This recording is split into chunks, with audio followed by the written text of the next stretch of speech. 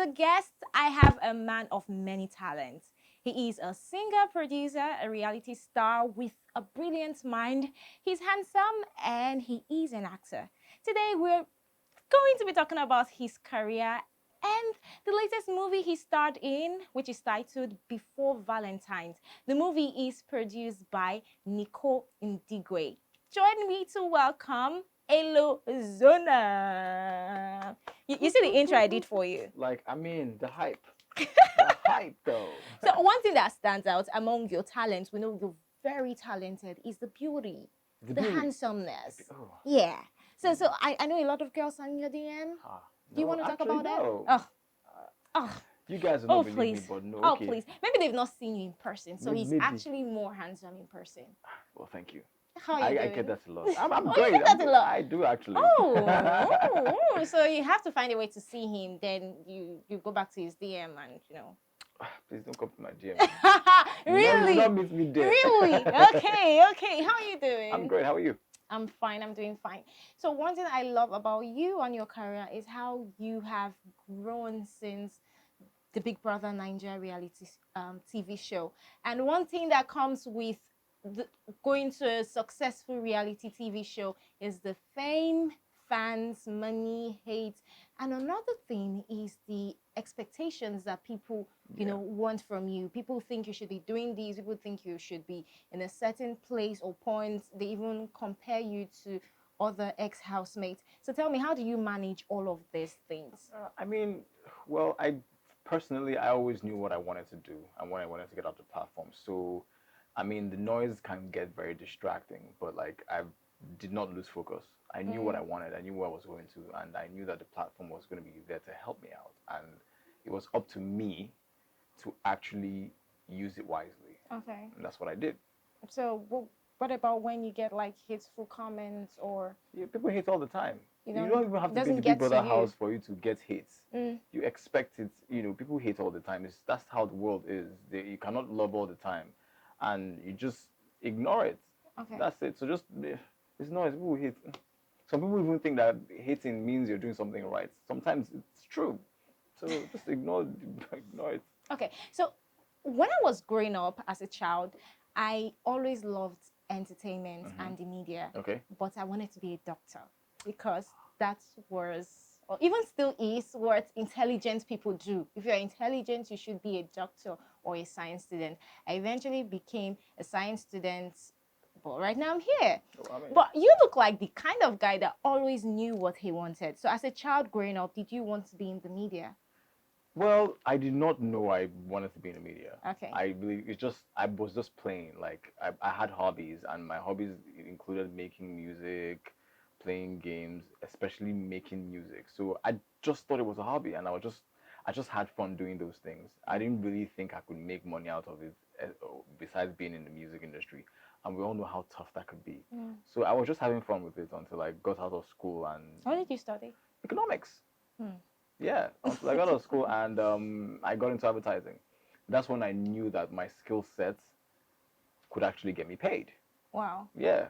So, and that's when I learned a lot more about content creation, filming, and everything. So why did you decide to stay in the industry? It's fun. It's a fun industry. It's that kind of work that you enjoy doing. I don't get out of bed and say, "Oh my God, I'm going to the bank again." No. I hate my job. No, I looked forward to going to work because the energy was good. I got to be creative, express my creativity in different ways, and again, get paid because it was my job. So that's why I stayed in the industry, and I learned a lot. And going into the house, I knew that coming out, I'd be able to use my skill set that I had learned in the ad industry to actually make a living, and that's what I'm doing. But before you went to the Big Brother you had already set up your company. Yes, yeah. So I'm going to get this right. Nope. CZG. Great. Oh, yes. Okay. Yeah. So I quit my job in 2018, and before that I already registered a company, a multimedia company. And after I quit my job, I started trying to shoot ads for brands, and I was doing that until I got into the house. Making enough money?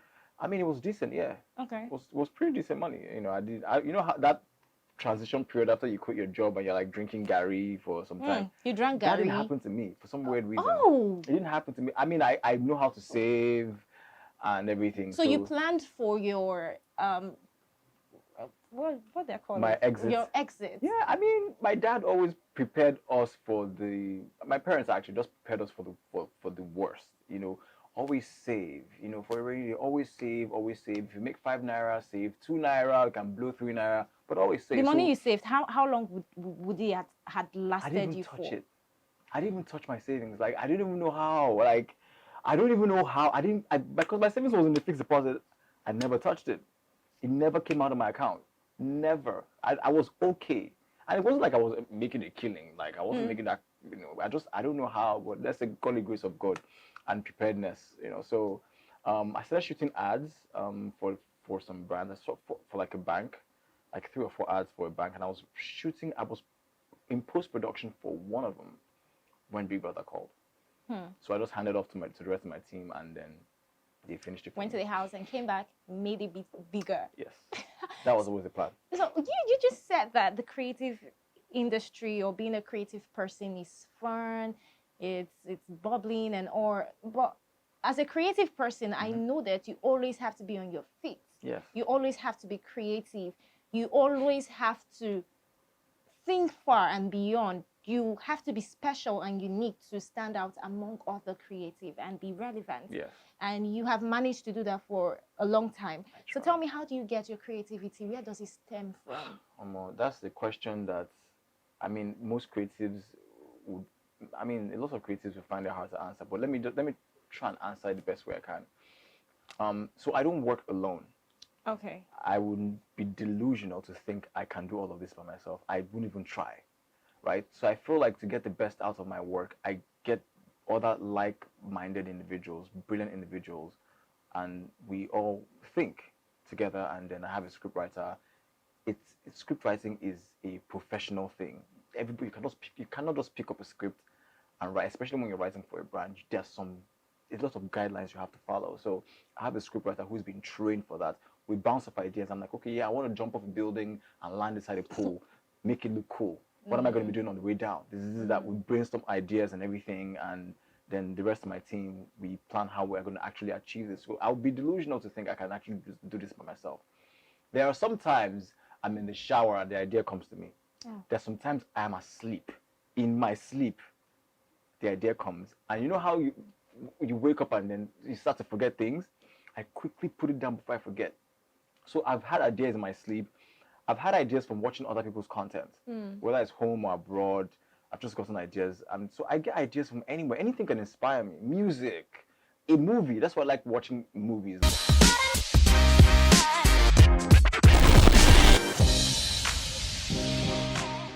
What do you think will be the future of the creative space in Nigeria? Considering the numbers of creators we have right now, the industry is getting more competitive, and saturated, actually. Yes. Do you think it's actually saturated? It is saturated. You think so? So what do you think the future holds for the creative industry? I mean, Nigeria, especially, I'm going to speak for Nigeria, right? Because Nigeria is full of amazing talents and highly competitive individuals, right? So I think the way it's going to evolve, like obviously it's going to go the same way these things go. You have your mainstream market, like music. You have the mainstream market for music. Everybody makes pop music, Afrobeat music, which is the more commercial viable genre of music in Nigeria. So it's the same thing you're seeing with the whole skits, comedy thing. You have people making the same type of skits, right? Because it's mass appealing. And then you have the niche people like me. I don't make those types of skits, right? So you're going to see more people like me, and you're going to see a lot more people like the mass market individuals, and that's how it's going to grow. More people are going to come out. You see the good ones, you see the bad ones, you see the really good ones, you see the really creative ones, the ones that have money to pump into their work. And when there's money, it will show. Speaking of money, do you think the saturation of the industry will affect the money in the industry, the money being made in the industry by influencers and content creators? I don't think so. I don't know, but I don't think so. The reason I'm saying this is because brands will forever want to advertise. It's something that it's like eating. You always need food. You always need the market. You will always need the PR. Brands will forever want to advertise. So, and then it's not everybody that will be good. One, it's not everybody that you might want to put your brand on. Some people might be maybe extremely sexual or extremely non-family friendly. You won't put So your... you think everybody is going to have their markets, their Everybody's niche, going to and have their still market. make their money? Yes, everybody's going to have the market. I'm always family friendly. So when they say, oh, want to work with Elozonam, you will not say, oh, he kids can't watch his stuff, he curses, or he overly sexualizes women, or you will not see none of that. No social media drama. How do you stay away from that though? It's not like I don't have drama in my life. I do. So how do you keep it away from social media? But the people that, I think everybody else has something to lose. So it's like, and the people, I surround myself with people that have sense. You don't wash your dirty linen in public. I can be fighting with somebody right now, and the next person will not know. And if the next person does not know, it's impossible for you to get off social media. Because I've had my own fair share of being dragged online for some stupid scandal that I didn't even know was coming. I just woke up one day, I was trending. Somebody called me, you're trending. They're trending because of this. And I'm just like, I didn't even know what was coming, And because of that, I lost a potential gig. Really? Yes. So I always knew that would be the consequence, because I'm working with brands, international brands that are household names, and if anything happens, they won't want to be associated with you. And that's standard. Even you as a person, you would not want to be associated with somebody that has this type of scandal. So I understood it. So the onus was on me to be clean going forward, to be cleaner going forward. So if I have any type of, I avoid drama generally, but if anything happens, yeah, sit down, let's talk about it. If you're asked to choose between music and acting, what would you go for? I don't know. Because I started out with music. Music gives me joy. It's very, very difficult for me to do. I've been working on an EP for the last 2 years. You produce your songs, right? Yes. Do you produce for other people? No, just me. Why? I don't know. Like, my music, as with everything in my life, my music is also very different. And I know for a fact that the beats I make, if I give, let's say, Davido or Mayoko or Burna Boy, it would be very, very good. Like, amazing, but it would be very different from what their fan base has heard. And sometimes that might be a good thing too, but I just don't maybe reach out to them to say, hey, what's up? I have this beat that I think could be great on. I just don't. I just like making my music and just finishing it myself from start to finish. Is it going to be like that forever? Well, so now the thing is, you have to, at some point, you have to, for lack of a better term, grow up. Okay. Right? So for me, I have recognized the cash cows in my talents, which is the ads I make and the acting and everything. The musical aspect, it's a really tough industry to get into. And if you're niche, like if you're a very different individual, it can be tough. It can be really, really tough, because mass markets are the ones that buy the music. They're the ones that make it blow, they're the ones that make it sell. And if they can't relate to your music, maybe on the off chance that somebody in Yankee hears your music and blows it over there, and then you not have a fan base. Social media and TikTok too. Yes, it happens. It does happen. That's so, like, I make music for the fun of it, because I know that people out there that like my stuff, and I genuinely enjoy making it. It gives me joy. It makes me happy. What about acting? Is it for the joy of it too? Acting is stressful on its own. Like, it's extremely stressful. The hours, but you act every time, even on social media. Yes. Those contents are you acting. Yes, but I control the time. But when I'm movies and everything, you don't control the time, right? You act odd hours. Sometimes you are there till 4 a.m., 5 a.m., 7 a.m. all night acting. It's stressful, right? It doesn't give me as much joy as making music does. Ironically, music doesn't give me as much money as acting does. So I've had to realize that, okay, I make music for the fun of it and for the people who enjoy my music. I'm not expecting any returns from it. It's just something I do to keep myself happy. Okay. But the acting is like, okay, you make money from this. You also enjoy it to a degree, right? So I'll put a lot of my energy there. That's what it is. So to answer your question, choose one over the other. I can't choose one over the other, but to answer your question, it will be acting because it pays the bills. Yes. Money over what makes you happy. Do you want to sleep under the bridge I'm making music? No. Speaking on acting and money and everything, when I come back from this break, we're going to be talking about the latest film that Elozonam starred in. It's titled Before Valentine.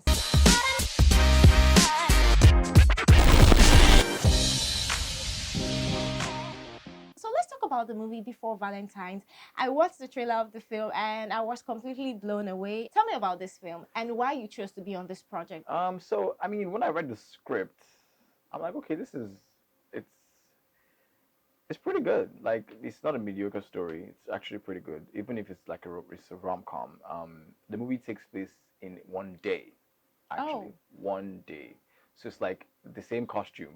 It's just one whole day. really? Yeah, and everything that happens in the salon, different people come in, different interactions, different story arcs, and yeah, it's a really funny movie. I didn't even realize how funny it was because I wasn't on set all the time. In fact, I didn't even see anything. I just paid attention to my scenes, and then when I saw it during the premiere, I'm like, okay, this is actually pretty funny. It was really funny. Like, it was really funny and highly entertaining. So the entire movie takes place in a day.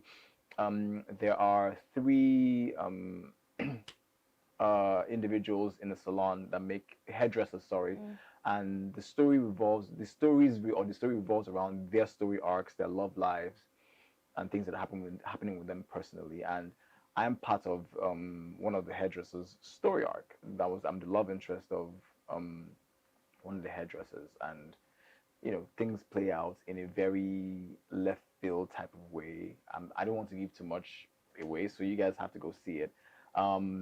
So it's not one thing I like about about the movie is that most rom-coms usually have a resolution. They end and everybody ends up feeling warm and fuzzy on the inside because everything works out for good. But this was more a realistic, you get, because it's not everything that works out. Sometimes you can make some choices that would lead to lasting consequences that you have to deal with, right? So it's not all fairy tales and everything. There are real life consequences to real life bad decisions, and the movie kind of reflects that, Wow. So yeah, it's So pretty that funny. stands out Pretty about the movie. Sorry? So that stands out about the That movie. that actually, I didn't even realize that until I saw the movie. Like, this is actually, Wow. more realistic than, oh, okay, so I forgive you, or you know what, you did something wrong to me. This thing is so bad that even in reality nobody would take it, but because we're in the movie, I would take it. Yeah. And I'll forgive you, and we can kiss and make up. No, this wasn't that. This was very down to earth, very realistic. So tell me about your experience on set. Who was the funniest person on set? Who did you make friends with on set? And how was it like working with Nicole and the other crew members? So most of the cast members, I mean, I've known Ben for years. I've known Bbnaija obviously for years. I've known Balaji as well. I've worked with her on another project, so I've known her for quite a while too. Everybody else was brand new to me. Okay. Even though I didn't have direct interactions with them on screen, I mean, we're all pretty much chilled. The locations were nice. They were very comfortable. It wasn't a thing where we had to struggle with. I understand. We get it. You get it, exactly. Fantastic. So like it was prime locations and everything, and we're pretty well taken care of. Nicole had a difficult task to do because, as with all productions, you would have so many creative issues. Okay. Like, you don't see them coming. Yes. You just have to deal with them, and you could see the pressure she was under. But she handled it like a trooper, Especially seeing as she was dealing with like a cast, like a wide cast, right? Like, that couldn't have been easy, man. Wow. Honestly.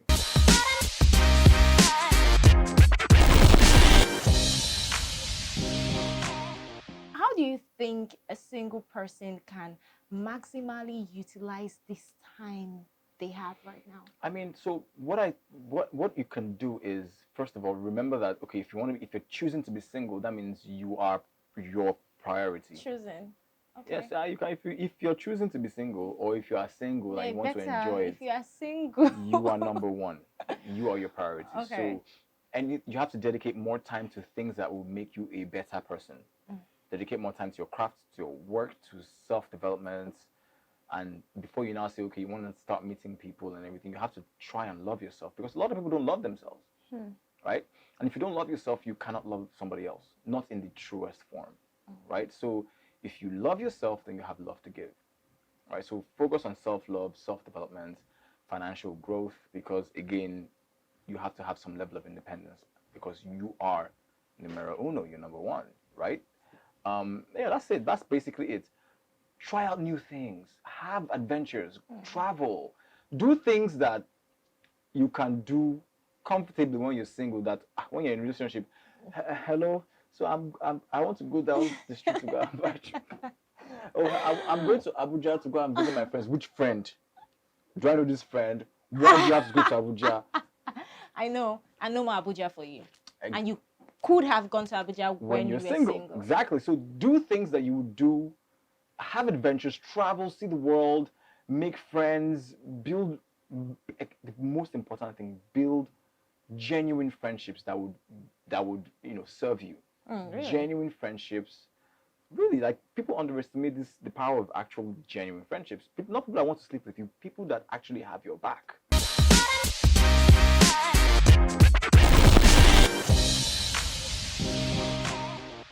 Before you go, I wanted to tell people out there to see Before Valentine's. So guys, Before Valentine comes out on the 11th of February in all cinemas nationwide, please go see it.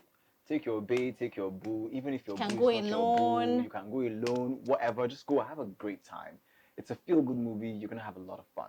And it stars Elozonam, Sean Farquhar, Uche Montana, and the list goes on and on and on. It stars Bbnaija. Should I continue? Yvonne Jegede, Ben Tuitu, you're all there, man. Hear it. Thank you for watching this episode. My name is Ahina Arthur. If you haven't subscribed to this channel, please do and follow us across all our social media platforms. Thank you, Elozonam. It was really nice speaking with you. Thank you for having me. Thank you. Bye.